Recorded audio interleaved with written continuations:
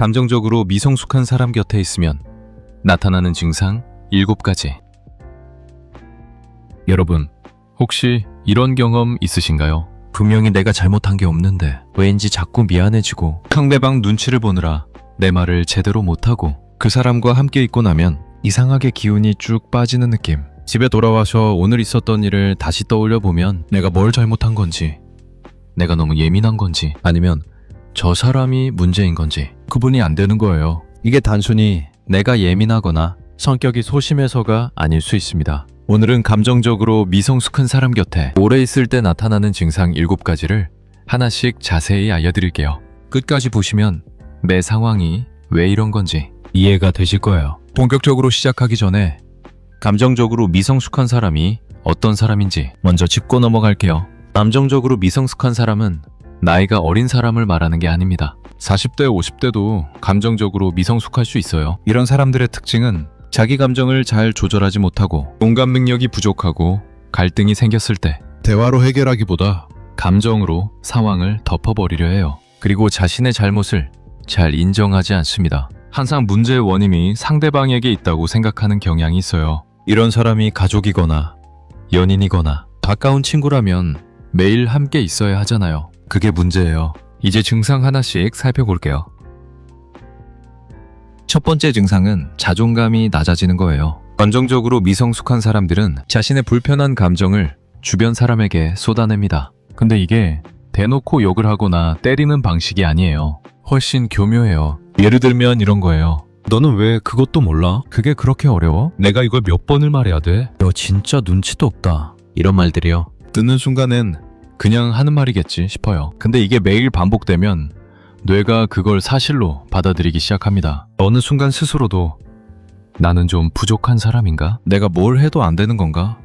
라고 생각하게 되는 겁니다. 심리학자 린제이 깁스는 이걸 두고 감정적으로 미성숙한 부모나 파트너 곁에 있으면 자신이 근본적으로 결함이 있는 사람이라는 느낌을 갖게 된다고 했어요. 문제는 상대방인데 자신이 문제라고 느끼게 되는 거죠.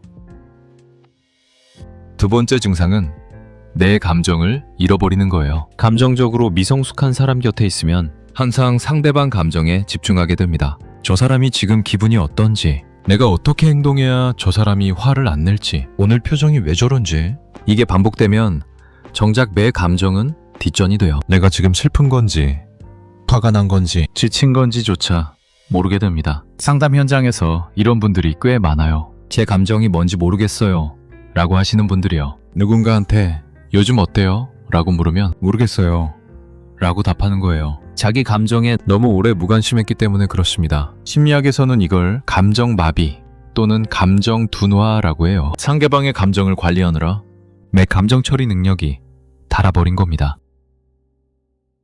세 번째 증상은 만성 긴장이에요. 감정적으로 미성숙한 사람들은 감정 기복이 심합니다. 어제는 괜찮았는데 오늘은 갑자기 차갑고, 아까는 웃었는데 갑자기 짜증을 내고, 도무지 예측이 안 돼요. 이게 지속되면 옆에 있는 사람은 늘 긴장 상태에 놓이게 됩니다. 마치 지뢰밭을 걷는 것처럼요. 말을 어디에 디뎌야 안전한지 모르니까 항상 조심하게 되는 거예요. 문제는 이 긴장이 몸에도 영향을 준다는 겁니다. 이유 없이 자주 피곤하고 두통이 생기고 잠을 충분히 자도 개운하지 않고 소화가 잘 안 되는 증상이 나타나기 시작해요. 이건 꾀병이 아닙니다. 실제로 심리적 스트레스가 신체 증상으로 나타나는 거예요. 몸이 먼저 신호를 보내고 있는 겁니다.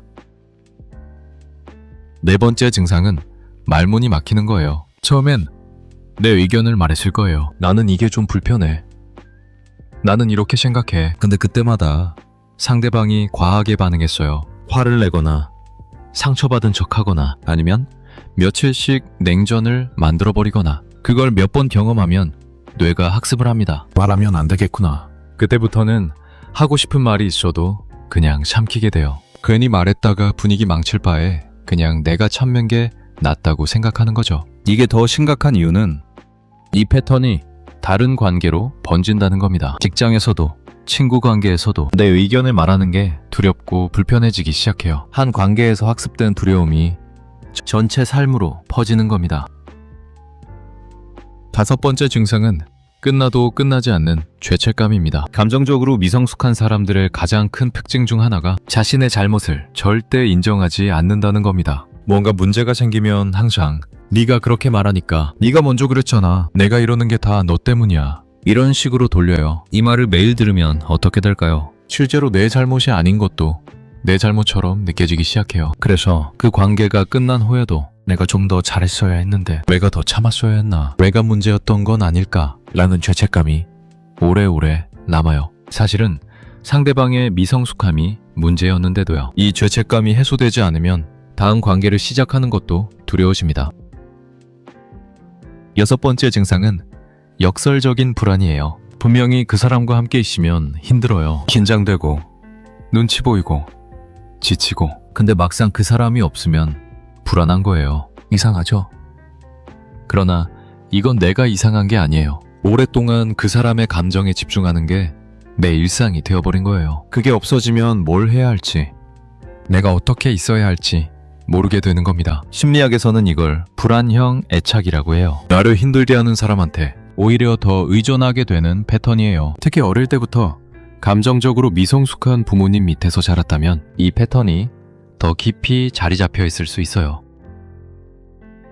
7번째이자 마지막 증상은 전체 관계가 무너지는 거예요. 한 관계에서 오는 감정적 소진은 그 관계로 끝나지 않아요. 가족, 친구, 직장 동료와의 관계에서도 쉽게 지치기 시작해요. 사람 만나는 게 귀찮아지고, 연락이 와도 답장하기 싫고, 그냥 혼자 있고 싶은 마음이 강해져요. 주변에서 요즘 왜 그렇게 연락이 없어? 왜 이렇게 무기력해?